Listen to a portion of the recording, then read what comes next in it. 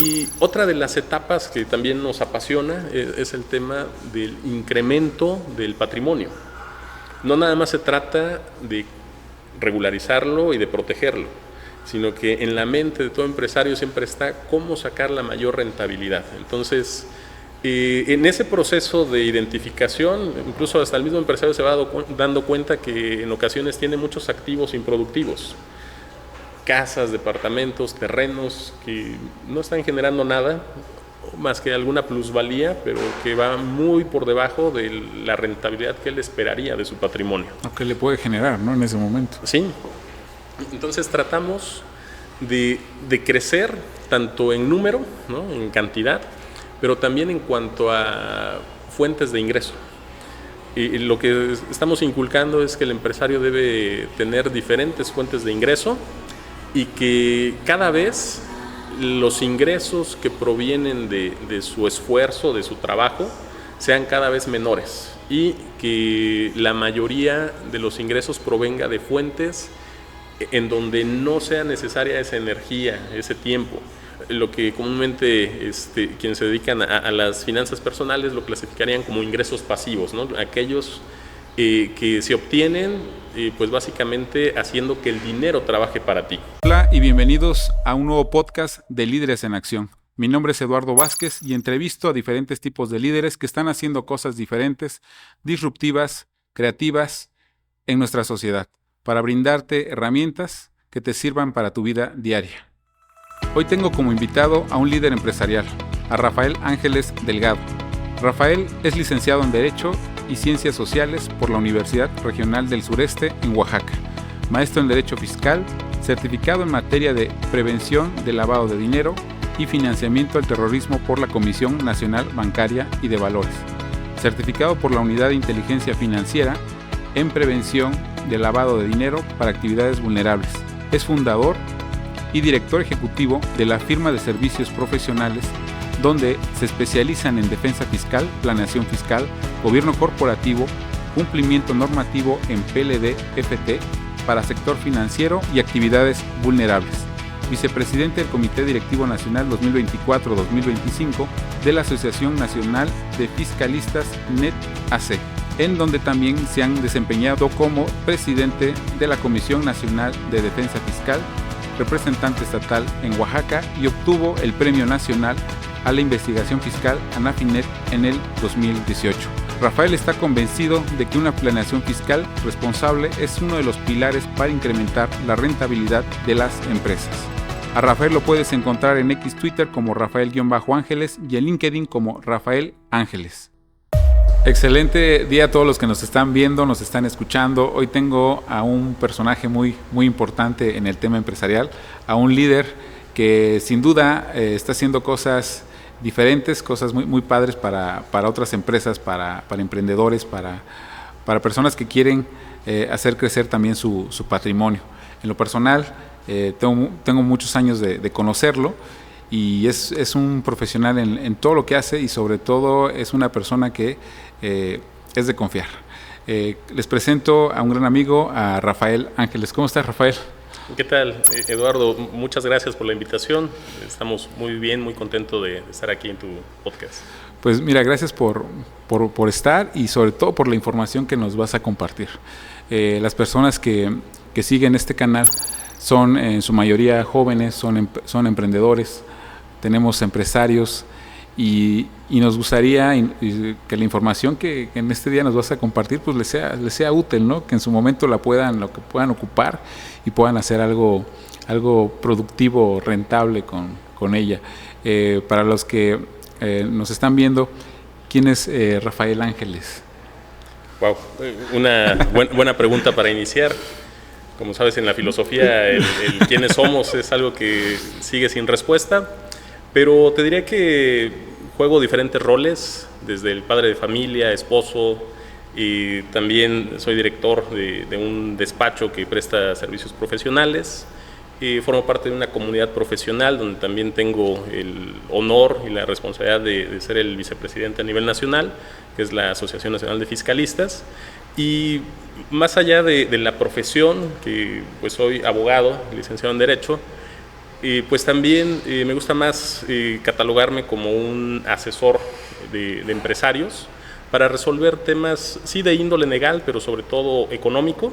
Estamos muy enfocados en el cuidado del patrimonio, pero sobre todo en las estrategias para poder incrementarlo y transmitirlo de una manera correcta. ¿Eres oaxaqueño?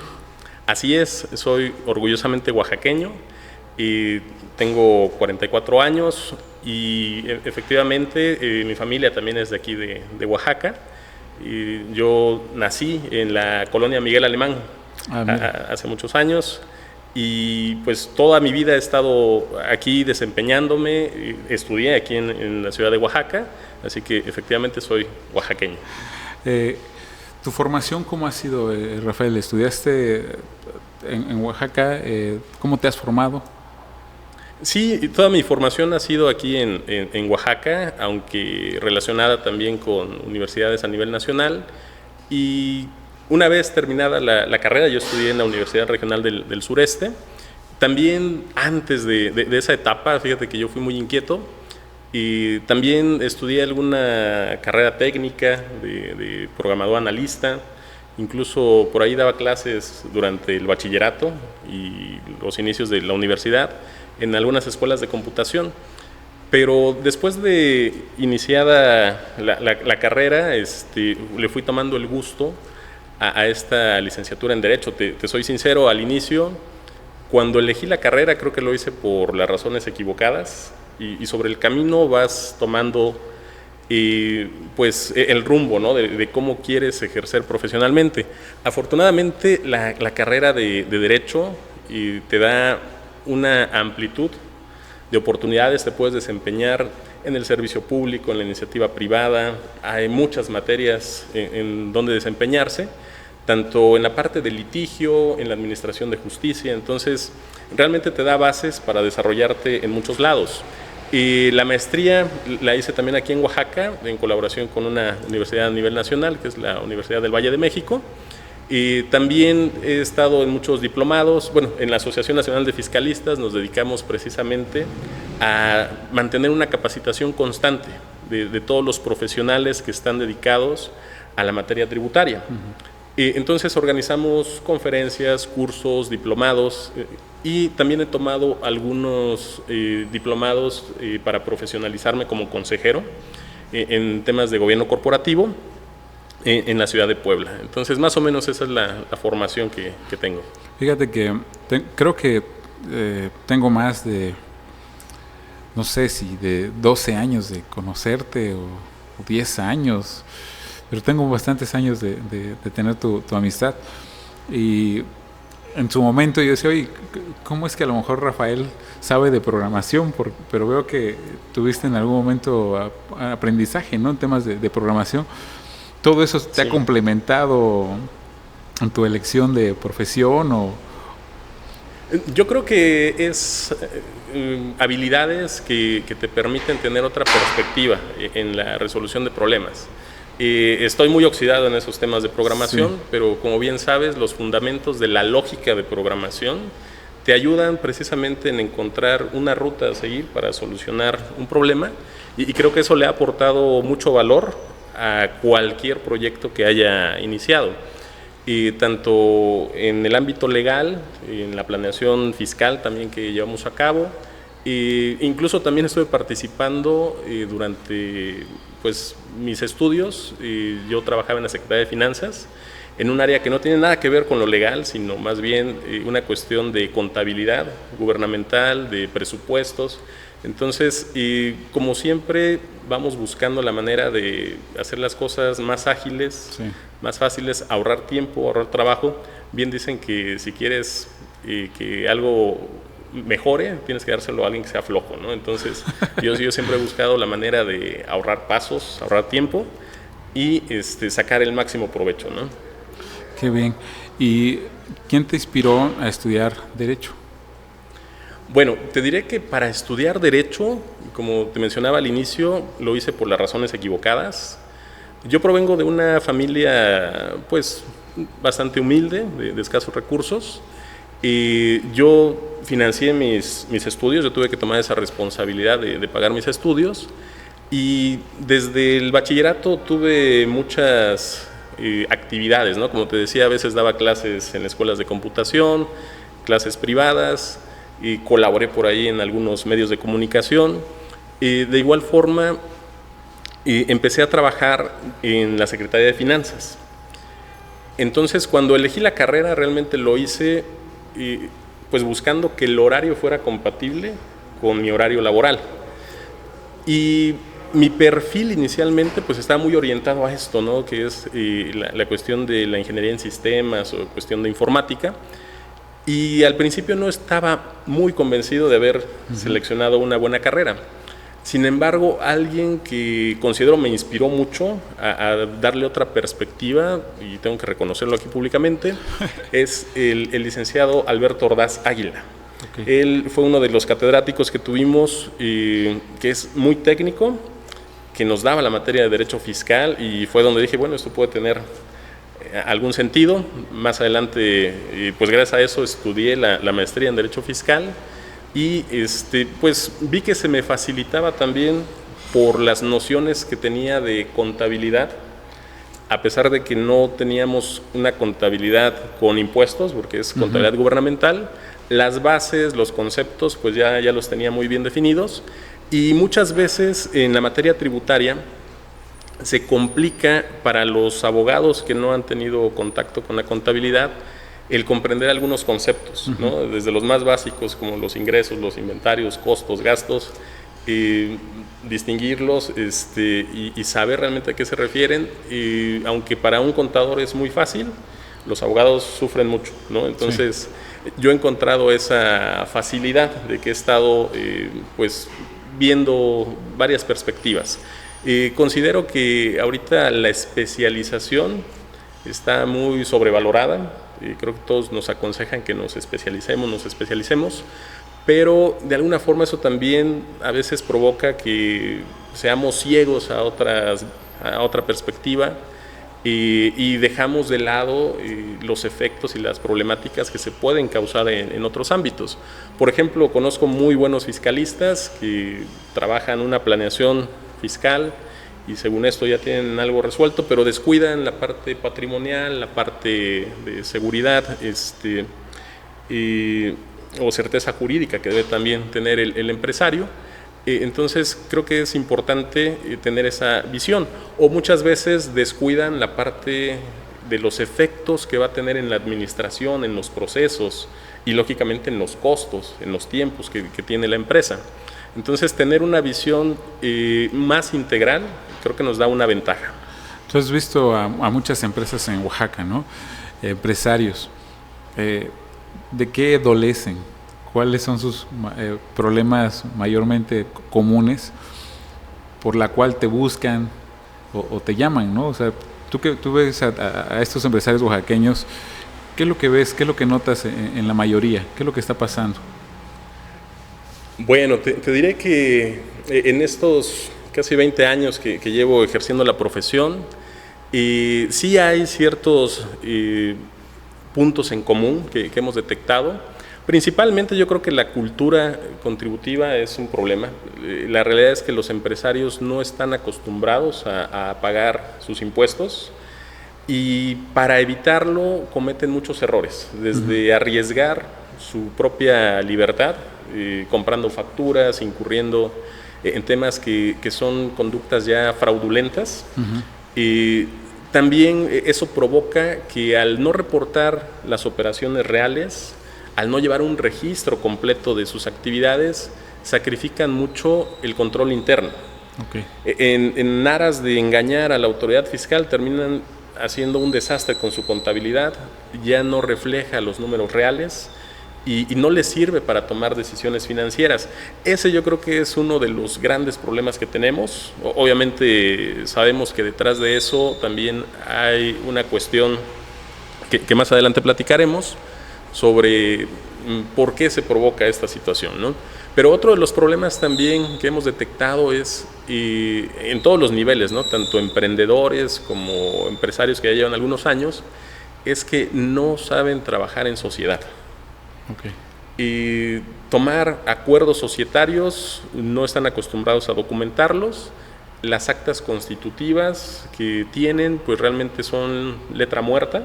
Normalmente acuden con un notario a que les haga el acta constitutiva. Ellos no intervienen en la creación de los estatutos, siendo que ahí se debe plasmar el funcionamiento y los acuerdos que están tomando sobre cómo se van a llevar los registros, quién va a informar, de quién es la responsabilidad de administrar, cuál es el procedimiento, si alguno faltara, si alguien se quiere salir. Todo eso tiene que estar contemplado ahí. Y pues como en los matrimonios, los socios empiezan en una luna de miel pensando en que van a durar para siempre y no piensan en la separación. Creo que nos falta mucha cultura respecto al trabajo en sociedad, a los acuerdos societarios, y considero también que las nociones o las bases respecto de la contabilidad y finanzas sí debería tenerlas un empresario. Muchas veces los empresarios dicen: es que yo estoy metido en la operación y no sé nada de administración, no sé nada de finanzas, no sé nada de contabilidad, para eso tengo un contador. Pero yo creo que un buen empresario debe conocer sus números, debe saber en todo momento la posición financiera de su empresa y las necesidades de capital, de financiamiento, qué utilidades tuvo, la rentabilidad. Y otro error muy importante, la mayoría de empresas en Oaxaca son micro y pequeñas, y muchas de ellas son empresas familiares, y un gran error también es mezclar sus finanzas personales con las finanzas de la empresa. Perdona ahí que te interrumpa, ¿cómo le haces para separarlo? O sea, en la parte real, ¿no? El empresario, ¿cómo le tiene que hacer? Bueno, principalmente con disciplina. Creo que lo importante es llegar a separar, por lo menos en cuanto a registros, porque sabemos que es imposible una separación tajante, pero sí en cuanto a los registros es importante separar cuáles son los gastos, los costos de la empresa y los del empresario. Y una práctica, pues, que yo creo que funciona en la mayoría de las ocasiones, es asignarse una remuneración. El empresario que está prestando un servicio, que tiene una responsabilidad dentro de la empresa, tiene que asignarse un sueldo. Obviamente no va a ser catalogado como sueldo, porque si es el representante legal, no se da esta figura de subordinación, no puede ser patrón y trabajador al mismo tiempo, pero coloquialmente diríamos asignarse un sueldo. En realidad, pues tendrá que ser honorarios asimilados a salarios o algún esquema de remuneración, pero es importante que quede claro cuánto vale su trabajo.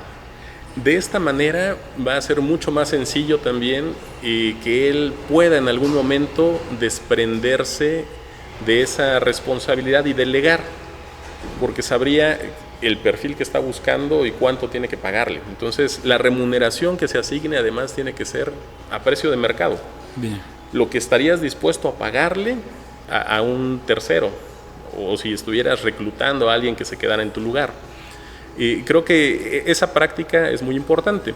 Desde luego, si a la empresa le va muy bien, aparte de su remuneración, pues seguramente querrá retirar algunas utilidades, pero al menos que quede registrado como tal.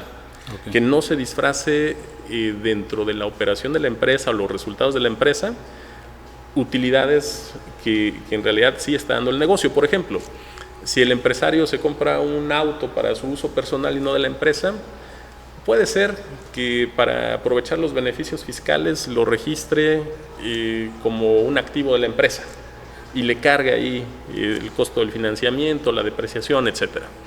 Sin embargo, yo creo que no debe perder de vista que eso fue una utilidad que dio el negocio, ¿no? Ese sería un ejemplo de cuando le cargamos gastos que no son de la empresa, que meten su factura del teléfono celular, que las suscripciones ahí de plataformas, etcétera, de computadoras, equipos de telefonía. Hay muchas cosas que le vamos cargando a la empresa y que entonces pareciera que la empresa no genera, pero si analizamos lo que en realidad no era de la empresa, pues resulta que sí fueron beneficios o utilidades que generó. Pero también puede darse a la inversa. Hay muchas veces que los negocios no son rentables, pero lo estamos ocultando porque hay gastos que no registramos. Por ejemplo, si tú tienes un negocio en tu casa y no pagas renta, o en un inmueble propio y no estás pagando una renta, normalmente no asignas ese rubro de una renta. Pero para saber si el negocio es rentable, deberías tener un rubro de renta, porque el dueño del inmueble tendría que tener ese derecho a percibir un ingreso por ser el propietario, y el negocio debería dar para pagar esa renta. Si no da para eso, entonces no es negocio, ¿no? O muchas veces no se carga el sueldo de quienes están participando porque son familiares o es el propio fundador. Entonces, si no da para pagar un sueldo, entonces tú estás subsidiando a la empresa. Entonces, esa separación te da mucha claridad de si tu negocio es rentable o no, y te permite proteger el patrimonio de la empresa para que haya reinversión y para que haya crecimiento. Si todo el tiempo estás sacando los recursos, pues se va a quedar estancado. Entonces necesitan tener buenas políticas sobre cómo se distribuye la utilidad que va dejando la empresa. Pero todo eso parte de llevar bien las cuentas. Sí. Entonces, por eso se necesitan conocimientos básicos de contabilidad y saber interpretar un estado financiero. Creo que eso es lo más básico que necesita conocer un empresario. Tiene que formarse, tiene que leer un poco, capacitarse, ¿no? También para estar de la mano y caminar junto con sus asesores, ¿no? Definitivamente, y sobre todo creo que algo que hemos visto es que los empresarios no le dan la importancia a la contabilidad que debería tener. La contabilidad que normalmente se lleva en esas empresas pequeñitas y que no logran crecer, no es una contabilidad financiera. Ven la contabilidad como una obligación fiscal, y efectivamente es una obligación que nos imponen las leyes fiscales. Pero más allá de una obligación, yo creo que es algo necesario para conocer la rentabilidad de tu negocio, si tienes costos aceptables, si los gastos no se dispararon. Necesitas registrar lo que haces para poder mejorarlo. Bien dicen que lo que no se mide no se puede mejorar. Entonces, si no llevas un registro preciso de tus operaciones, la empresa está destinada a fracasar, ¿sí? Y no se le da esa importancia porque como de ahí se sacan los cálculos para el pago de contribuciones, pues entonces lo ven como algo obligatorio, como una carga, y no como una herramienta que les va a permitir tomar buenas decisiones financieras. Y creo que eso también sería un grave error, pero lamentablemente la mayoría de empresas está en esa situación. La mayoría de mis colegas que nos dedicamos al tema tributario, y toda la comunidad de contadores no me dejará mentir, en la mayoría de despachos las contabilidades que se llevan no reflejan la realidad de los negocios. ¿Por qué? Porque un despacho externo no puede pues estar al pendiente de las operaciones que se viven día a día dentro de la empresa. Entonces, una recomendación que podríamos hacer a los empresarios es que si no lo tienen, empiecen a llevar una contabilidad financiera, y que deben asumir esa responsabilidad del control interno. Si tienen un despacho externo, deben estar conscientes que de ninguna manera les va a poder entregar una contabilidad financiera, porque si le pasan la información ya que terminó el mes, nada más para que lo registre y calcule los impuestos, esa información va a estar desfasada en tiempo. Okay. Y probablemente incompleta, porque solamente son las facturas emitidas o recibidas, pero las operaciones que deben registrarse en contabilidad van más allá de lo que tiene una factura. Los préstamos, los gastos por comprobar, cuentas por cobrar, todo eso también tiene un impacto patrimonial. Si toman acuerdos respecto de capital, respecto de reparto de dividendos, hay muchas cosas que afectan patrimonialmente a una empresa y que no necesariamente van a estar en una factura. Y la manera de controlarlo es ahí, dentro de la empresa. Las entradas y salidas de almacén, los inventarios, los costos, no necesariamente van acompañados de una factura. Entonces, todo ese movimiento debe ser responsabilidad del empresario, tener un buen control interno, llevar los registros para que, si no tiene un contador interno, por lo menos la información que le pase al despacho sea lo más precisa y lo más correcta. Si tú le das basura al contador, pues te va a procesar basura y eso va a sacar, ¿no? Entonces, hay que asumir esa responsabilidad. Yo creo que eso es muy importante. No, pues sin duda hay que pues ser más transparentes y llevar el registro para que esté enterado tu asesor, tu contador y todo, para que te puedan también ayudar, ¿no? Porque luego obviamos datos, obviamos información y a veces no es que no queramos, es que no lo registramos y cuando nos toca informar pues se nos pasa, ¿no? Sí. Abundando más en lo que mencionas, yo sé que tú eres experto en lo que es la planeación patrimonial. ¿Qué es la planeación patrimonial? La planeación patrimonial es una disciplina a través de la cual vamos orientando a los empresarios para que puedan, a través de 6 etapas, organizar su patrimonio, protegerlo y lograr que crezca. Estas 6 etapas comienzan con la identificación del patrimonio, en donde el empresario tiene que hacer un balance patrimonial, qué es todo lo que tiene de activos y cuáles son todas sus responsabilidades y pasivos.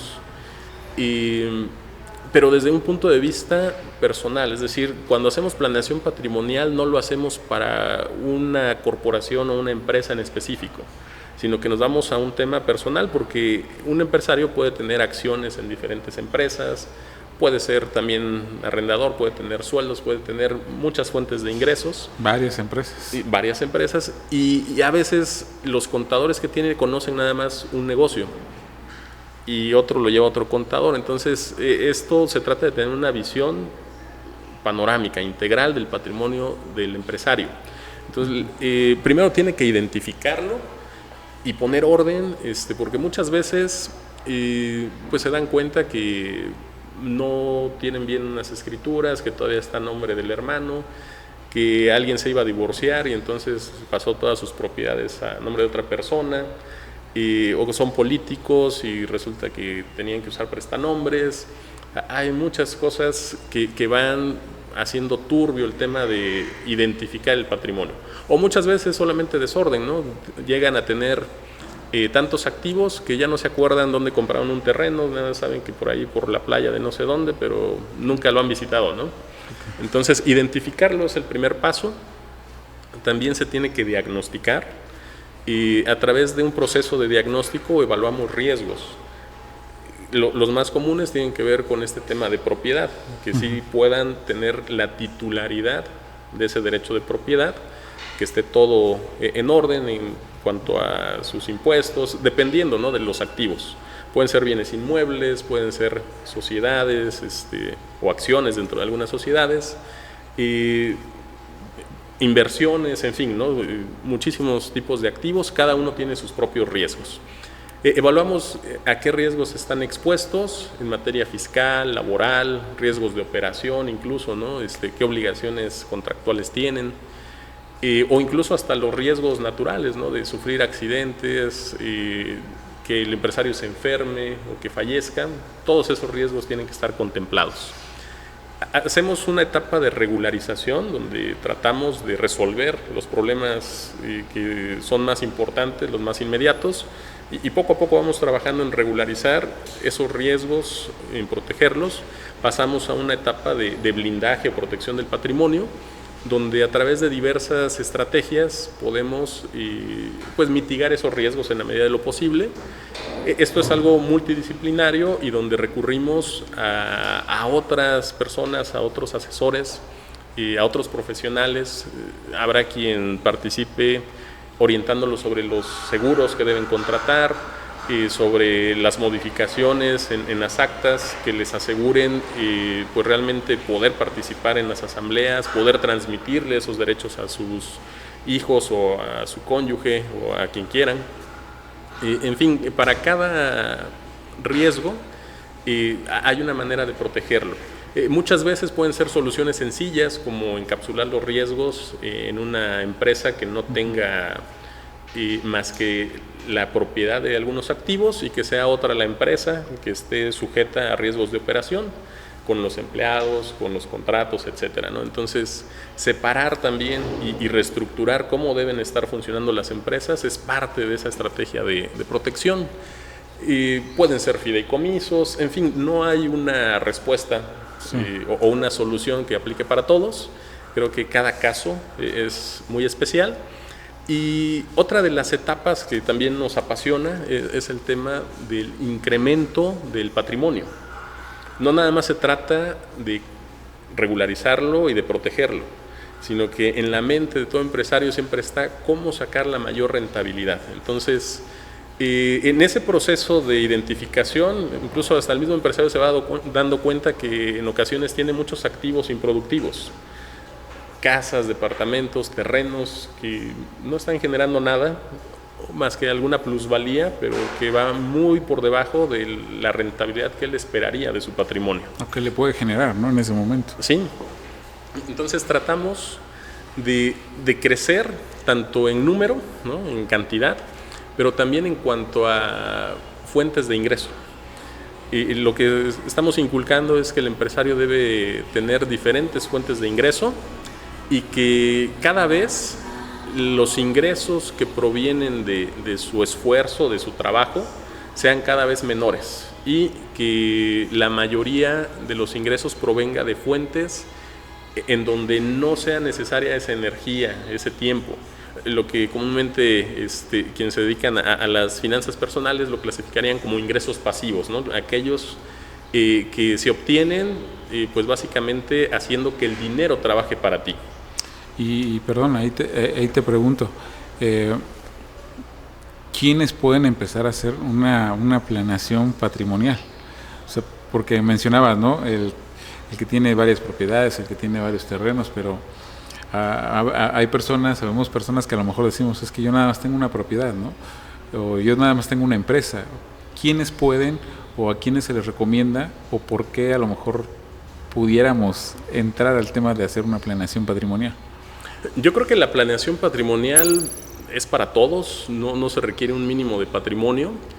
Incluso si hay escasez, pues yo creo que es más urgente tenerla, ¿no? Porque precisamente nos ocupamos de cómo incrementar esas fuentes de ingreso y recomendamos también algunas inversiones y muchas veces vamos creando redes de valor entre nuestros propios clientes porque vamos identificando negocios muy buenos que tienen capacidad de crecer y que les hace falta capital y otros clientes que probablemente ya llegaron a un límite en su negocio donde lo único que están haciendo es comprar más inventario que está ahí detenido, que no se mueve y no están aprovechando realmente su dinero.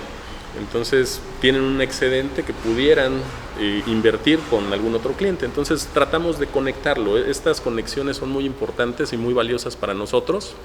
De hecho, con mucha frecuencia nos vamos convirtiendo en socios de nuestros clientes porque logramos ese nivel de confianza.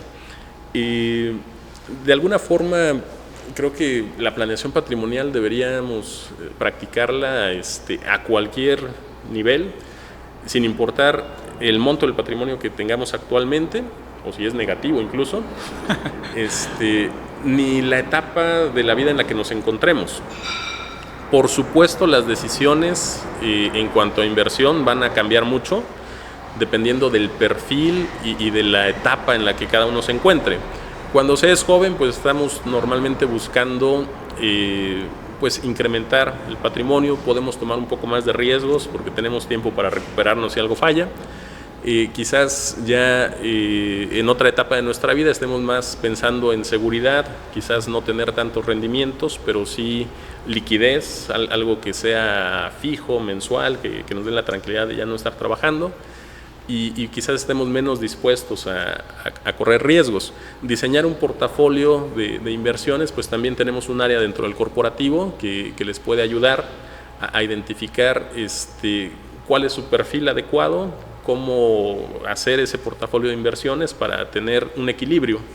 En las inversiones hay un triángulo muy importante que es el riesgo, la rentabilidad y la liquidez.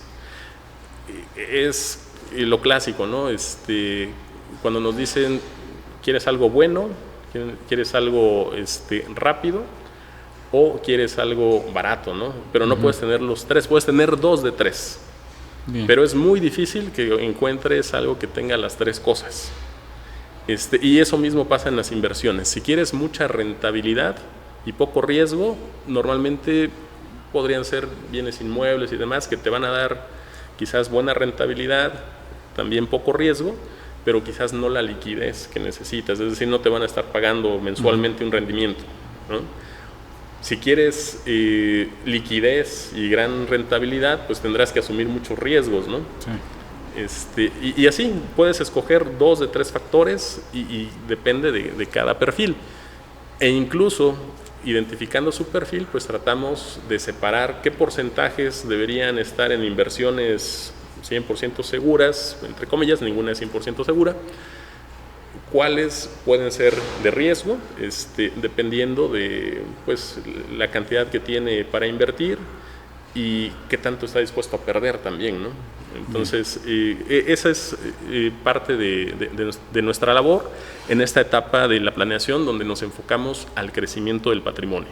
¿A qué reto te has enfrentado? O sea, en todo esto que estás haciendo, ayudando, asesorando y guiando a empresarios, ¿a qué reto te has enfrentado que nos puedas compartir para que a lo mejor otro se pueda identificar y decir, oye, yo estoy en esa situación y hay solución? Sí, fíjate que hay retos importantes a lo largo de este ejercicio profesional. Algunos tienen que ver con las autoridades fiscales, que realmente es cierto que muchos empresarios cometen errores, ¿no?, en el manejo de sus impuestos, pero también hemos tenido clientes muy disciplinados, muy honestos y que a pesar de eso se han visto afectados por pues una mala práctica de su contador o un error de interpretación o un abuso de la autoridad. Esos son retos importantes, ¿no? El poder defender a un contribuyente de la embestida de todo este aparato gubernamental que tiene solamente en mente lograr la mayor recaudación y no le importa investigar más, ¿no? Pero también a nivel personal nos hemos topado con empresarios que tienen un gran desorden, que no tienen pues ni siquiera los documentos a la mano, no tienen manera de acreditar la propiedad de algunos bienes y que pues no han pensado en esta última etapa de la planeación, que es la transmisión. Muchas veces pensamos que esa etapa de transmisión del patrimonio pues debe ser cuando ya estemos grandes, ¿no? Sí. Pero la muerte no respeta edades, a cualquiera nos puede pasar en cualquier momento y lo que tendríamos que preguntarnos es si ahorita saliendo algo nos pasa, ¿qué pasa con nuestra empresa, con el patrimonio que tenemos? ¿Qué pasa con nuestra familia? ¿Cómo van a subsistir? No tenemos ni siquiera un protocolo de cómo hacerle llegar la información a quien debe tenerla. Sí. No está organizada pues ni las escrituras, ni las pólizas de seguro, contraseñas, que bueno, tú ya más adelante creo que te vamos a sumar al equipo también para que piensen en qué va a pasar con sus redes sociales, con toda la información que existe. Creo que ya hay algunos temas respecto a cómo debería actuarse respecto de esta vida digital también que llevamos, ¿no? ¿Cómo pasas toda esta información, ¿no? Sí. ¿Cómo las transfieres? Exacto, para los que manejan criptomonedas, que tienen ahí una buena cartera, pero la contraseña solo se la sabían ellos. En fin, hay muchas cosas que no prevemos y que sí deberíamos pensar en ello y estar preparados para que todo esté ordenado, si es que llegamos a faltar. Y uno de los retos que hemos enfrentado es precisamente esa constante falta de previsión. Y la gente piensa que es eterna o tiene creencias también muy arraigadas. Lamentablemente también hay que aceptarlo, todas estas tradiciones que ahorita estamos viviendo en Guelaguetza, en Oaxaca y todo, son muy vistosas, muy llamativas, alegres, pero también hay partes negativas de nuestra cultura muy arraigada, en donde a veces esas creencias de que no debemos hacer testamento porque si los hijos se enteran que ya tienen algo asegurado no van a cuidar de nosotros, ¿no? O en algunos pueblos también me he topado con que la tradición es que todas las propiedades, todos los bienes se le dejan al hijo mayor y él es el que tiene que cuidar a los hermanos y demás. Algunos sí lo cumplen, otros no. Entonces, creo que son muchísimos retos, pero a nivel personal, creo que el reto al que constantemente nos estamos enfrentando es cómo hacer más eficiente nuestro tiempo. Esa administración del tiempo creo que es una disciplina que debemos cultivar desde muy temprana edad y controlar una agenda, controlar los proyectos y cumplir en los tiempos necesarios. Creo que es uno de los principales retos que tenemos. El aprender a delegar, creo que también a nivel profesional es uno de los principales retos. Por muchos factores, tanto internos, porque a veces nos gana el ego y pensamos que nadie lo puede hacer mejor que nosotros, y que vamos a perder mucho tiempo enseñándole a alguien y que es tiempo perdido, ¿no? Entonces, esos son factores internos, pero también encontrar un buen equipo de trabajo, generar esa cohesión, encontrar el mismo, pues, el coincidir, ¿no? en cuanto a responsabilidad, objetivos, también es complicado. De hecho, creo que la mayoría de los empresarios con los que tengo contacto muchas veces se quejan de esta parte del equipo humano. Hay mucha rotación de personal. Afortunadamente, en nuestra empresa hemos conseguido también generar lazos fuertes con los colaboradores. Normalmente tenemos muchos que han estado desde la fundación de nuestra firma y ahí continúan, porque tratamos de involucrarlos y que el crecimiento no sea solamente del dueño del negocio, sino que todos tengan una oportunidad de crecer y de conseguir sus metas. Y eso es lo que tal vez no sucede tan fácilmente en la mayoría de las empresas. Pero considero que al día de hoy nuestro principal reto está al interior, en cómo administrar nuestros proyectos, cómo gestionar nuestro tiempo y cómo mejorar nuestro equipo de trabajo. Algo que mencionabas y es muy, muy interesante es cómo estás logrando que los empresarios incrementen su patrimonio. O sea, pues está muy interesante. O sea, no solamente es administrarlo y poner las cosas en regla, ¿no? Y que estén bien ordenadas y pues obviamente que también los hagas que lo que tengan pues les sea redituable, ¿no? Que lo puedan mover, que lo puedan poner a funcionar. Pero ¿cómo los ayudas a crecer?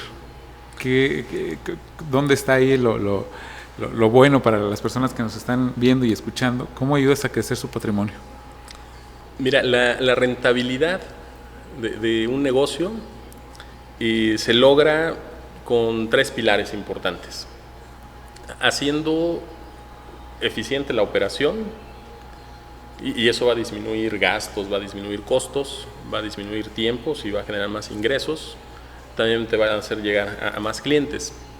El segundo pilar es la eficiencia financiera, el saber decidir cuándo necesitas asociarte para tener más rápido el objetivo que quieres, cuándo necesitas endeudarte y cuándo no hacerlo. Esa eficiencia financiera, que no consiste en tener siempre números positivos. Yo creo que en un flujo de efectivo, cuando siempre sobra dinero, significa que estamos administrando mal, porque ese dinero debería estar invertido en algún lado. Si nos falta y no llegamos a cubrir los gastos, también es malo, pero si sobra en exceso, también es bueno. No es bueno. Entonces la eficiencia financiera es otro pilar importante. Y la planeación fiscal. La planeación fiscal puede ser la diferencia entre que un negocio sea rentable o no y que pueda competir en igualdad de circunstancias con otras empresas. Pero eso sería lo tradicional dentro de una empresa. Ya desde el punto de vista integral del patrimonio del empresario, pues lo que tratamos es que sí logre estos ahorros dentro de la empresa, pero también que se enseñe a invertir.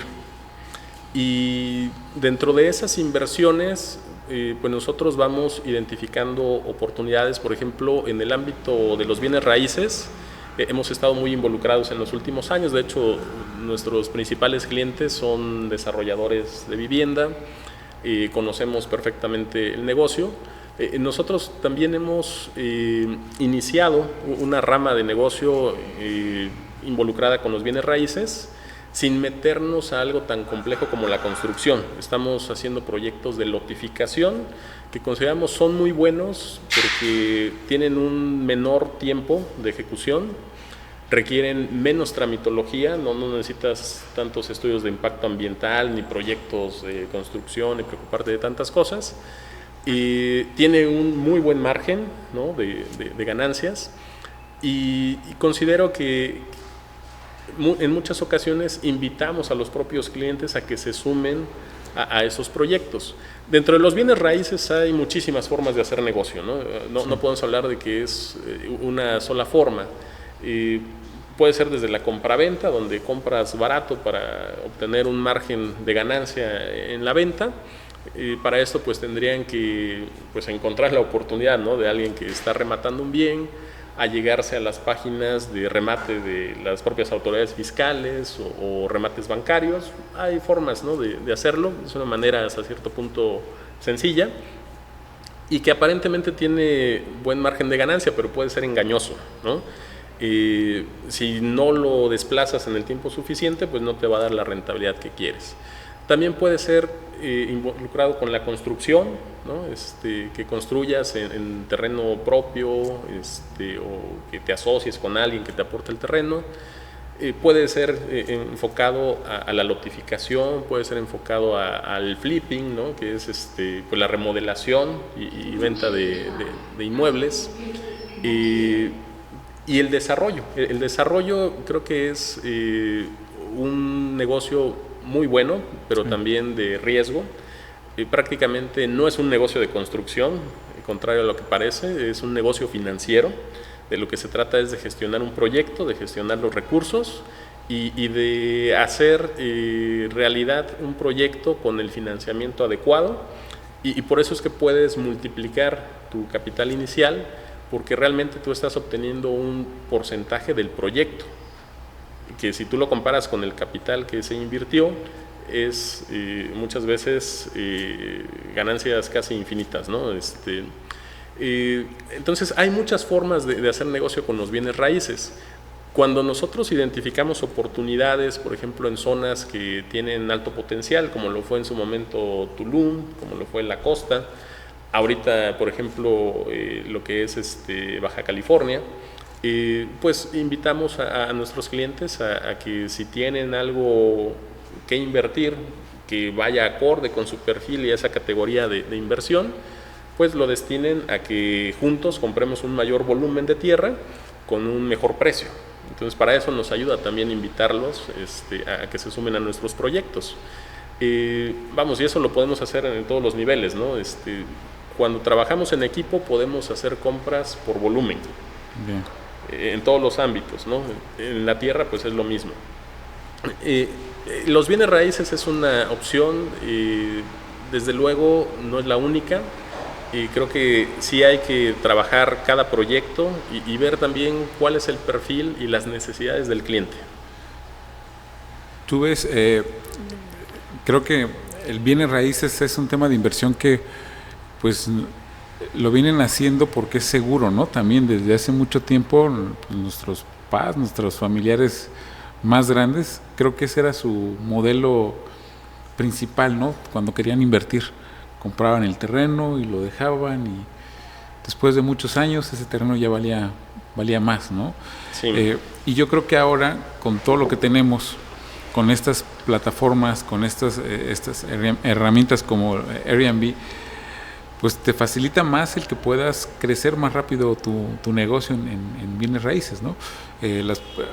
Tuvimos como invitada a una arquitecta que se llama Araceli Morales, y ella ve mucho el tema también de la construcción, y pues hay muchos proyectos de construcción ahí en Puerto Escondido, principalmente por la carretera, ¿no? Cuando hay una nueva obra o algo, pues se detonan espacios para invertir.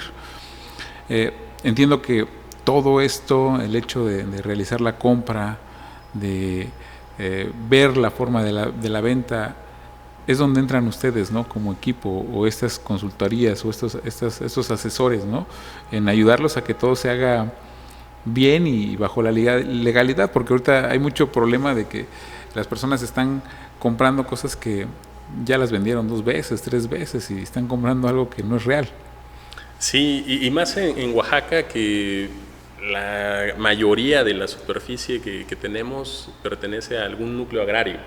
Entonces casi toda la tierra es ejidal o comunal, entonces eso complica mucho el trabajar en esta materia en Oaxaca, pero no imposible. Y efectivamente nuestro servicio cubre todas esas aristas. Tenemos a las personas enfocadas en el análisis de las inversiones inmobiliarias, que van a poder hacer las proyecciones y las estimaciones necesarias de qué inversión requiere, cuáles van a ser los precios de acuerdo a estudios de mercado, qué es lo que espera recibir el empresario con esa inversión, si le conviene asociarse o no, si le conviene pedir financiamiento. Pero también está la parte legal. Como bien comentas, es muy importante cuidar el tema de la adquisición para asegurarnos que todo esté en orden, ¿no? Asegurar el tema de la propiedad. Y sí nos hemos topado con muchos temas, que ya se vendió 2 veces, y en ocasiones esto no solamente se resuelve consultando el registro público, ¿no? Hay temas mucho más complejos que eso, y nosotros brindamos ese acompañamiento. Por ejemplo, a extranjeros que se les complica comprar en zonas restringidas, pues los ayudamos para que no tengan que recurrir a un fideicomiso que les va a cobrar honorarios muy altos por la Constitución, cuotas anuales de administración, que no les va a otorgar la propiedad, sino solo el usufructo por 50 o 100 años, y que les va a cobrar viáticos y honorarios cada vez que quieran ejercer algún contrato relacionado con este patrimonio del fideicomiso. Hay otras alternativas, y nosotros los ayudamos a ir haciendo esas operaciones. Evaluamos los temas tanto legales como financieros de un proyecto, y creo que eso nos permite dar un servicio mucho más integral y que los clientes realmente puedan llegar a cumplir sus objetivos. Entiendo que los empresarios pues tienen ya cierto capital, cierto patrimonio con el cual pueden jugar este tema de hacer una inversión y hacer crecer su patrimonio, y los jóvenes tienen la posibilidad. O sea, hay forma de que un joven, porque digo, en su momento cuando yo salí de la universidad tenía también esas ganas de invertir, ¿no? Pero obviamente el capital es diferente, pero entiendo que a través de las inversiones en equipo, o no sé qué nombre lo defines, hay posibilidad de que los jóvenes se puedan acercar a empresas como la tuya para hacer una inversión en bienes raíces. Sí, por supuesto, en 2 sentidos. Algunos de nuestros productos están enfocados a la vivienda fraccional, o a los inmuebles que pueden comprar sin caer en un tiempo compartido, pero que sí haya una especie de copropiedad en la que puedan obtener rendimientos de manera proporcional a la inversión que tienen, ¿no?, dentro del proyecto. Pero también estamos muy comprometidos con generar productos accesibles para toda clase de inversionistas y perfiles. No solamente es entrar a comprar hectáreas completas, ¿no? Por ejemplo, ahorita tenemos un proyecto en la costa, precisamente, en donde está la laguna de Manialtepec, donde está la bioluminiscencia. 10 minutos hacia la población de San Antonio de la Montaña o Huixla. Tenemos ahí una lotificación muy interesante, porque pues consideramos que tiene muchas ventajas y a un precio muy accesible. Te estoy hablando que todavía se pueden conseguir lotes con servicios entre 90 a 130 mil pesos, que yo creo que ya es difícil conseguir en esa zona. Muy complejo. Y algo que pues vemos que es una realidad es que la inversión en bienes raíces ya no es tan sencilla como antes, ¿no? Hay una pues inflación tremenda y me acuerdo que personas de edad avanzada nos contaban que antes con su aguinaldo se compraban un terreno o daban el enganche del auto. Ahorita los precios de la vivienda prácticamente son inalcanzables. Y para el nivel de un recién egresado, pues pareciera algo complicado, ¿no? Sí. Y este fenómeno que muchas veces culpamos a los millennials de que no quieren salir de su casa y todo, pues es que tampoco hay oportunidades tan sencillas, ¿no? Sí. Para que adquieran vivienda con los sueldos que tienen. El mercado laboral está muy castigado y vemos con tristeza que muchas veces alguien que estuvo invirtiendo en una educación privada, que pagó colegiaturas, cuando sale de la carrera pues no encuentra trabajo fácilmente, y si lo encuentra los salarios son bajos, incluso pudiera ser hasta menor a lo que gana un trabajador de la construcción, sin demeritarlo, sí, hacen mucho esfuerzo. Pero a lo que voy es que la preparación académica no encuentra esa retribución de forma inmediata, ¿no? Entonces, ese fenómeno existe, no podemos negarlo. Los productos de vivienda actual no están atendiendo esa problemática, y menos ahora que desaparecieron esos subsidios a la vivienda que existían. Y creo que se hace más complicado, pero con este tipo de productos y algunas alternativas que ya tiene, por ejemplo, el Infonavit para comprar terrenos, para construir en un terreno que ya tengas, incluso aunque sea ejidal, mientras tengas servicios, hay muchas cosas que se pueden hacer. Pero ahorita que hablabas de Airbnb, creo que también es importante recalcar que a veces cometemos el error de pensar que tener una propiedad para rentas vacacionales es un ingreso pasivo, y la verdad es que no.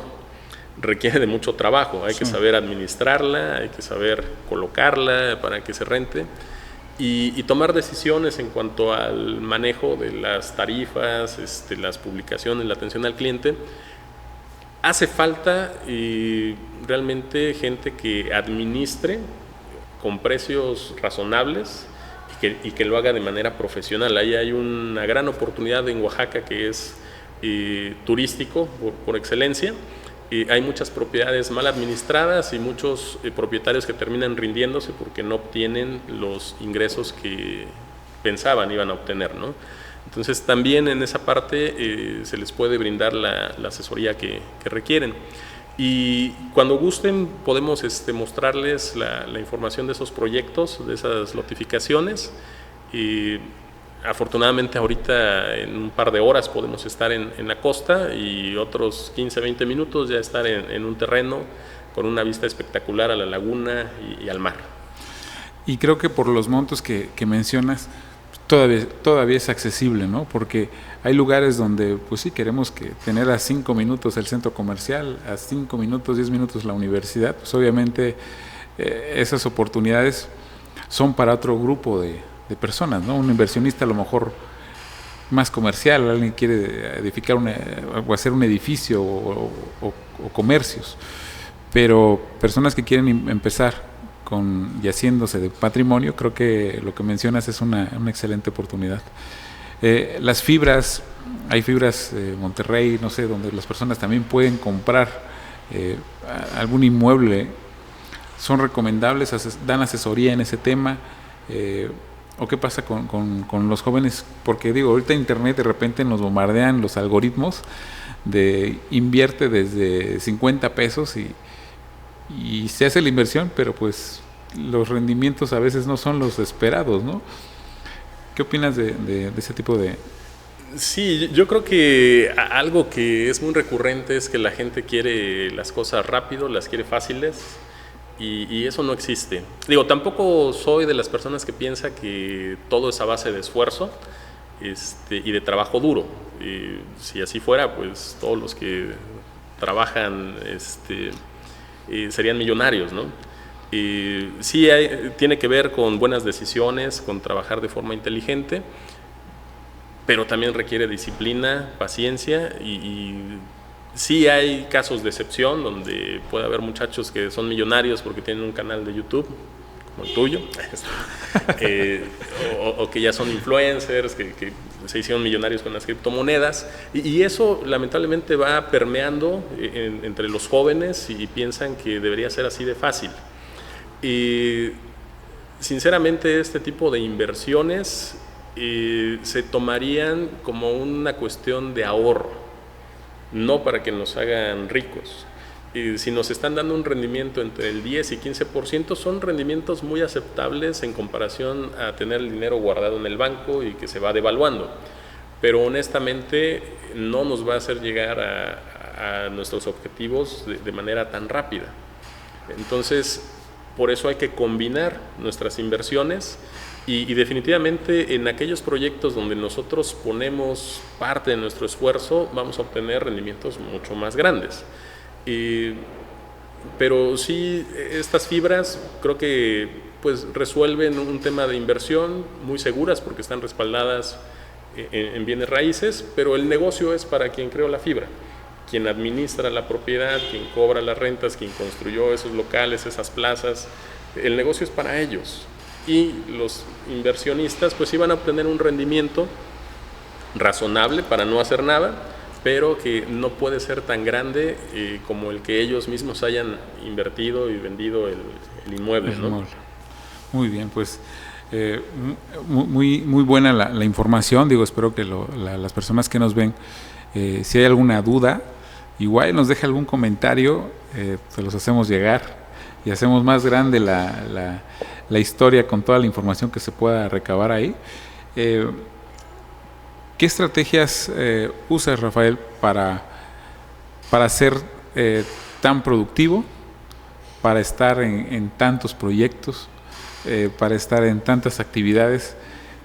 ¿Cómo haces para ser productivo? Te lo pregunto porque habemos personas que estamos en un montón de cosas y a veces el tiempo, decimos, no nos alcanza, ¿no? Pero ¿qué herramientas, qué plataformas, qué aplicaciones o qué no sé, estrategias empleas para ser más productivo? Muy buena pregunta. Creo que no soy tan productivo como quisiera, pero efectivamente estoy involucrado en muchos proyectos de manera simultánea. Siempre he sido muy disperso en los proyectos que emprendo y eso tiene sus ventajas y desventajas. Nos hace un poco más grandes los retos de administrarnos, pero también nos da una visión multidisciplinaria.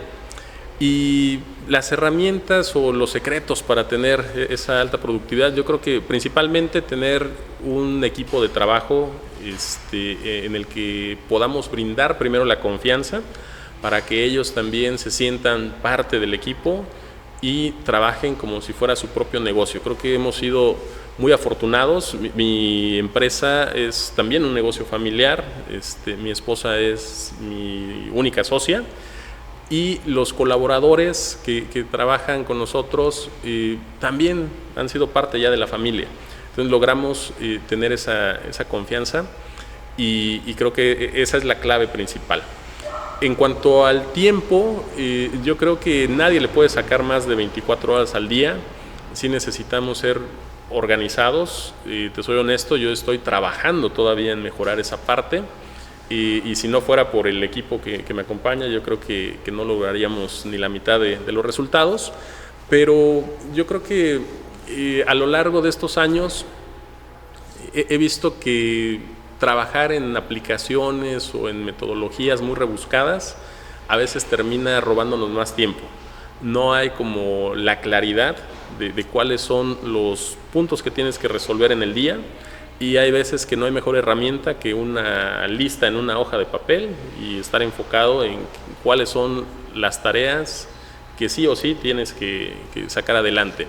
En cuanto a metodologías, en algún momento pues nos enseñaron esto de los cuadrantes, ¿no? De separar lo que era importante, lo que era urgente, de aquello que no era importante o no era urgente. La deficiencia de esa forma de administrar el tiempo es que siempre vamos a estar trabajando en algunas cosas que consideramos urgentes e importantes, o urgentes simplemente, y le dedicamos poco tiempo a las que no lo son tanto, pero que quizás ahí está la clave del crecimiento. Por ejemplo, el tema de la capacitación, de la estrategia, muchas veces no es algo urgente, que urja resolver el día de hoy, y entonces lo vamos aplazando y aplazando. Entonces creo que esa estrategia de los cuadrantes, en mi caso yo la considero fallida, y por ahí seguramente tu comunidad conoce estas herramientas de GTD, hacer que las cosas se hagan. Creo que ha sido de las más convincentes, aunque en un principio también algo compleja de comprender, pero tiene mucho sentido el aprender a tener claridad en cuanto a todas las tareas que nos van llegando, tenerlas plasmadas en alguna fuente de información e identificar todas esas fuentes o bandejas de entrada, como es el correo, los WhatsApps, las llamadas, y darnos un tiempo para procesar. Creo que esa es la clave. Debemos destinar un tiempo para procesar todo lo que nos llega y aprender a delegarlo rápidamente, y tener buenas estrategias de seguimiento. Si delegas, tienes que ser responsable también de darle seguimiento a que te den los resultados. Y creo que principalmente esa sería la clave, ¿no? Pues mira, diste unos tips que si los analizamos de manera despacia y los aplicamos, sin duda vamos a tener los resultados esperados. Yo varias cosas de los que mencionas hago, y creo que son temas a lo mejor sencillos, pero bien aplicados es muy funcional, pues, ¿no? Porque bien lo decías, cuando queremos implementar diferentes metodologías y seguirlas, perdemos más tiempo intentando aplicarlas que si nos vamos a cosas más prácticas, ¿no? Más prácticas. Pero mira, Rafael, tenemos para ir cerrando ya el podcast, una dinámica interesante. Te voy a hacer mención de dos cosas. Tú me vas diciendo qué te agrada más, y con eso vamos a ir cerrando el podcast. Donde me gustaría que también que lo que tú eligieras, pues, nos comentaras por qué.